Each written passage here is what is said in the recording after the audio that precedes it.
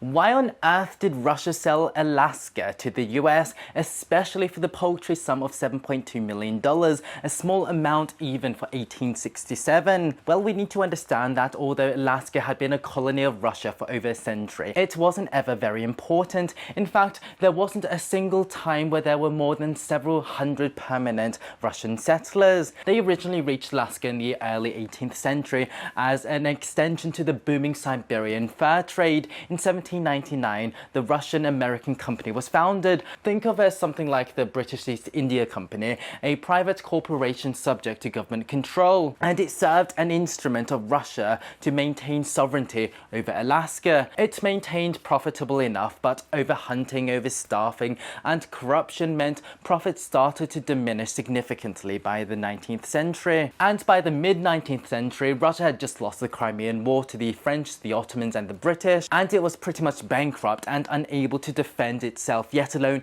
project power. And at the same time, the British Empire was very quickly expanding its influence in East Asia. In 1841, they won concessions with China. Hong Kong became a crown colony, and in the context of the East, during the Crimean War, the British Navy attacked eastern Siberia, showing that the British themselves were very interested in this area, and thus it became abundantly clear to the Tsar of Russia that Russia had become weakened by overextension and needed to concentrate on consolidating Europe and Asia. Alaska was a lost cause, and if losing it was inevitable, wouldn't it be much better to let it go in the most geostrategically advantageous way possible? And here comes America, who was still in their manifest destiny era, and they also saw the British expansion as a clear threat. This is why William H. Seward, a senator and then Secretary of State, who was also one of the biggest believers in